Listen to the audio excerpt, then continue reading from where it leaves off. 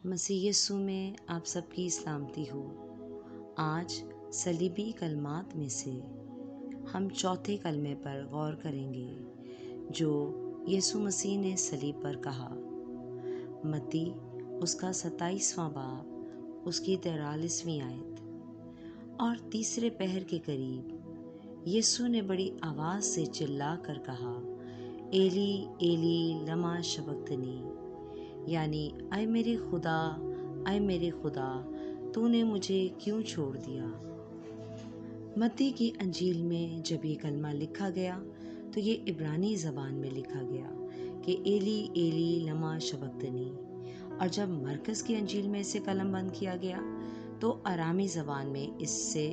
لکھا گیا کہ الوہی الوہی لما شبقتنی۔ جب یہ کلمہ یسوع مسیح نے صلیب پر کہا تو بہت سے لوگوں کا یہ ماننا ہے کہ یسوع مسیح زبور 22 کی تلاوت کر رہا تھا،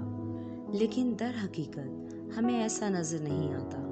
کیونکہ اس نے پہلی آیت کے صرف پہلے حصے کو بولا کہ اے میرے خدا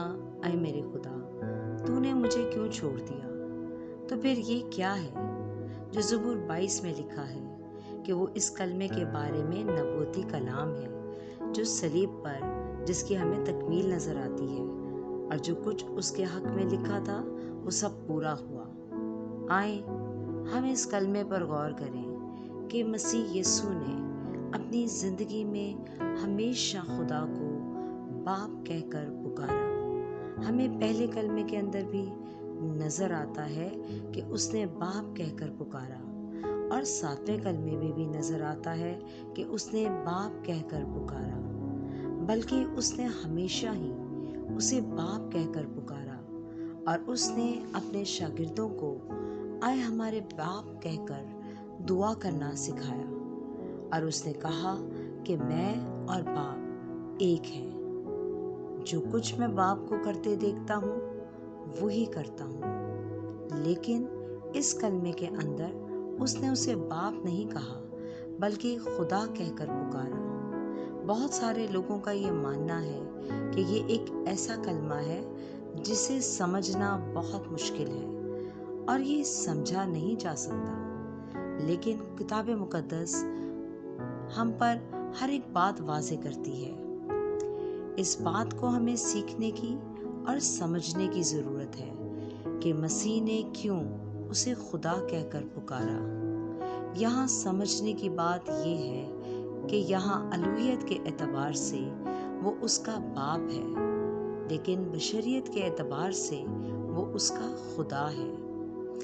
یوحنا کی انجیل اس کا 20واں باب اور 17ویں آیت کے مطابق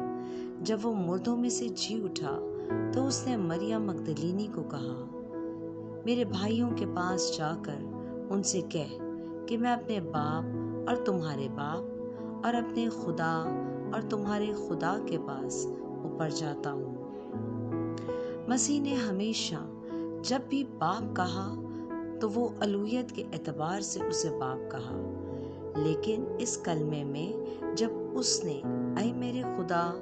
میرے خدا کہا تو اس نے بشریت کے اعتبار سے اسے پکارا، کیونکہ سزا کا حکم جو اس پر ہوا تھا وہ گناہ کے سبب سے جسم کے اعتبار سے ہوا۔ آئیں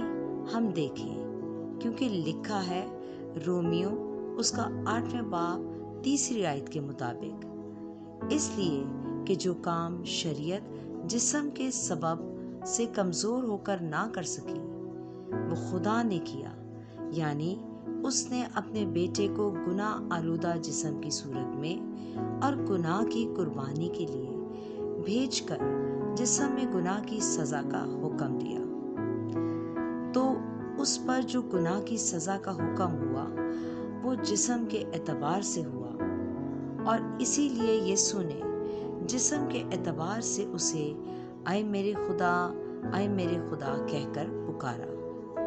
ہمیں اس بات کو واضح طور پر سمجھنے کی ضرورت ہے کہ الوہیت کے اعتبار سے وہ اس کا باپ ہے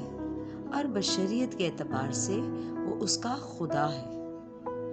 اور یسوع مسیح جو خدا کا حقیقی برہ ہے اور وہ گناہ کی قربانی کے لیے